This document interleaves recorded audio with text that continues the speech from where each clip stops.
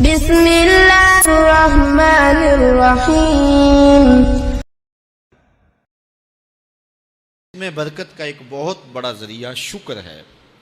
ارشاد فرمایا لَإِن شَكَرْتُمْ لَأَزِيدَنَّكُمْ، اگر تم شکر کرو گے وہ تمہیں اور زیادہ عطا کرے گا، اور اگر تم شکر نہیں کرو گے وَلَئِن كَفَرْتُمْ، کفران نعمت کرو گے، اِنَّ عَذَابِي لَشَدِيدٌ، تو پھر میرا عذاب بڑا سخت ہے۔ رزق کے اضافے کا ایک اور بہت بڑا سبب انفاق فی سبیل اللہ ہے۔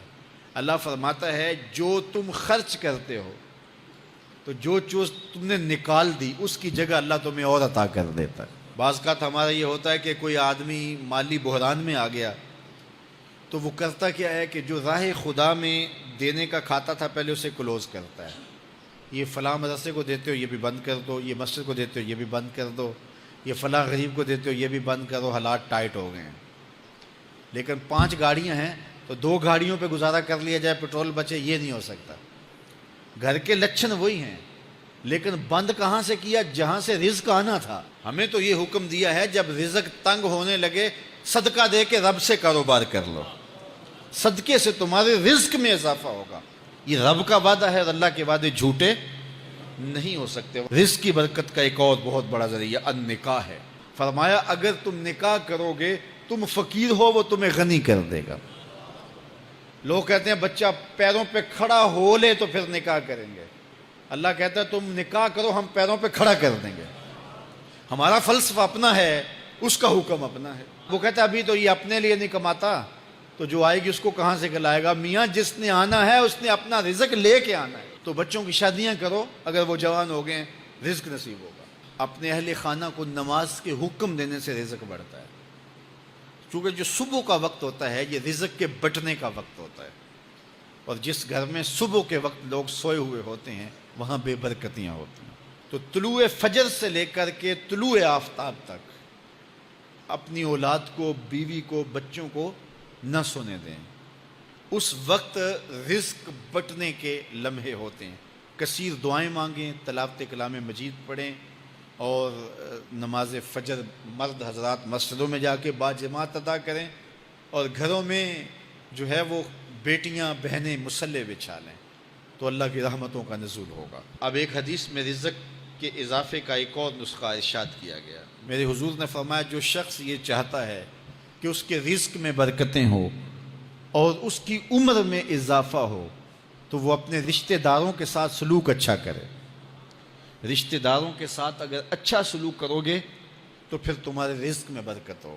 غریب ہیں تو ان کی مدد کرو، ان کی بیٹیوں کی شادیاں اپنے ذمے لے لو اگر اللہ نے آپ کو وسعت دی ہے، ان کی پریشانیاں بانٹ لو، ان کا قرضہ ہے تو اتارنے کی کوشش کرو، ان کو مشکلات سے نکالنے کی کوشش کرو۔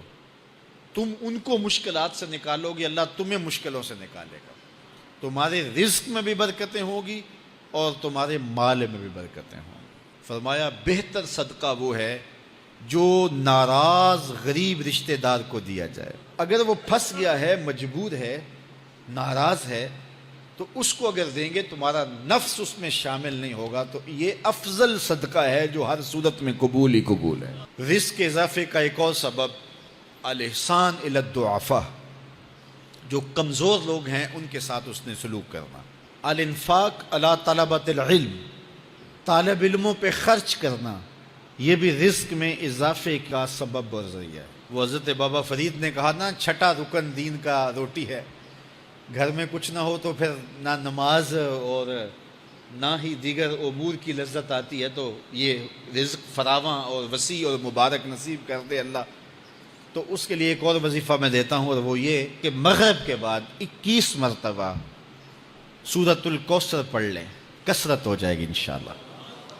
اول خدوشی پڑھ لیں، 5-7 منٹ لگتے ہوں گے، تو سورہ کوثر 21 مرتبہ روزانہ مغرب کی نماز کے بعد پڑھیں، اور اگر بہت زیادہ مسائل ہیں تو ہر نماز کے بعد پڑھ لیں، تو انشاءاللہ آپ دیکھیں گے کہ گھر میں برکتیں اترتی محسوس ہوں گی، انوار کا نزول ہوتے محسوس کریں گے۔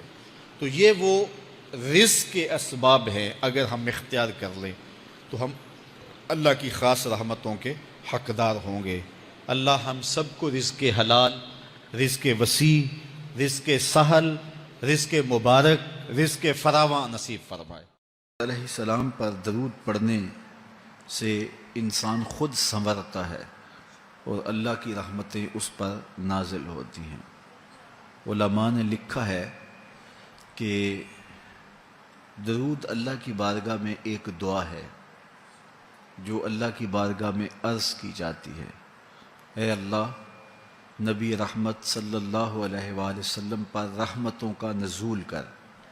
تو کوئی یہ دعا مانگے کہ اے اللہ اپنے نبی پر رحمتوں کا نزول کر، تو کیا اللہ تعالیٰ اس کی یہ دعا قبول نہیں کرے گا؟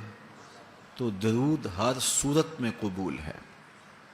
تو اس کا جو فائدہ ہوا کہ جس نے ایک مرتبہ حضور کے لیے اللہ کی بارگاہ سے رحمتوں کی دعا مانگی، تو اس کے مانگنے سے محبوب علیہ السلام پر کتنی رحمتوں کا نزول ہوا وہ تو اللہ جانتا ہے، یا جس محبوب کریم پہ نزول رحمات ہوتا ہے وہ جانتے ہیں، لیکن جو ہاتھ اٹھا کے دعا مانگے، جو ہاتھ باندھ کے درود پڑھے، ایک مرتبہ درود پڑھنے سے اللہ کی 10 رحمتیں اس پر نازل ہوتی ہیں۔ تو جو مسلسل درود پڑھے جا رہا ہے تو پھر رحمت کی برسات ہوتی ہے اس کے اوپر۔ رسول کریم صلی اللہ علیہ وآلہ وسلم نے ارشاد فرمایا، تم جہاں بھی ہو میرے اوپر درود پڑھو، تم جہاں بھی درود پڑھتے ہو وہ میرے تک پہنچتا ہے۔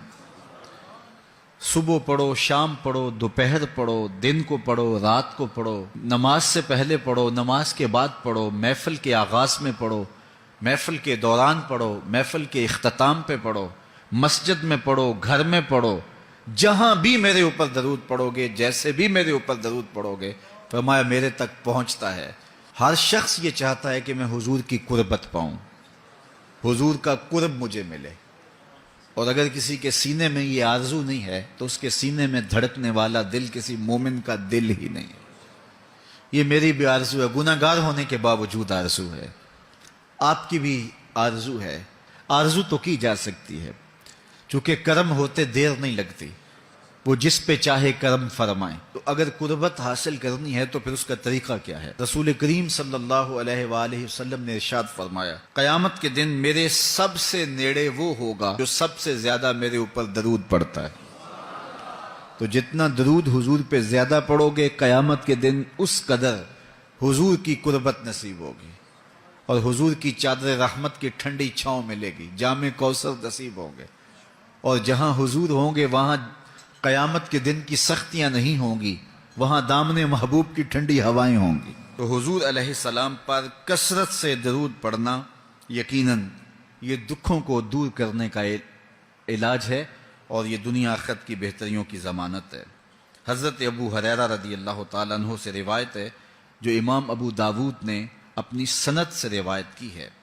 رسول کریم صلی اللہ علیہ وآلہ وسلم نے ارشاد فرمایا کہ جب کوئی شخص میرے اوپر سلام بھیجتا ہے تو اللہ تعالیٰ میری روح میرے اندر لوٹا دیتا ہے، یہاں تک کہ میں اس کے سلام کا جواب دیتا ہوں۔ روح اطہر جسد انور میں لوٹا دی جاتی ہے اور حضور سلام کا جواب دیتے ہیں۔ تو مجھے کائنات میں کوئی ایک لمحہ تو ایسا بتاؤ جس لمحے حضور پہ سلام نہ پڑا جاتا ہو۔ وہاں روضہ رسول پہ چلے جائیں تو وہاں لمحہ لمحہ سلام کے گجرے ہیں، کائنات کے جس گوشے میں چلے جائیں درود و سلام کے جو ہیں وہ گجرے ہیں۔ تو کوئی ایک لمحہ بھی 24 گھنٹوں میں ایسا نہیں ہے کہ جب حضور پہ سلام نہ پڑا جاتا ہو، اور جب سلام پڑا جاتا ہو تو حضور کی روح اطہر بدن رحمت میں ہوتی ہے اور حضور سلام کا جواب دیتے ہیں، اور جس کو حضور سلام کا جواب دے دیں، اللہ اکبر، کہ درود پڑھا کرو۔ درود حضور علیہ الصلاۃ والسلام سے جواب کا ذریعہ ہے، اور جب جواب جناب رسالت مآب صلی اللہ علیہ وسلم کی جانب سے آ گیا تو دنیا میں بھی بھلا ہی بھلا ہے، آخرت میں ہی خیر ہے۔ حضور علیہ الصلاۃ والسلام نے ارشاد فرمایا، جس کے سامنے میرا ذکر کیا جائے اور وہ میرے اوپر درود نہ پڑے، وہ کائنات کا سب سے بڑا بخیل، سب سے بڑا کنجوس ہے۔ ہم بخیل تو نہیں ہیں، تو پھر پوری یکسوئی کے ساتھ چند مرتبہ حضور پہ درود شریف پڑھ لیجیے۔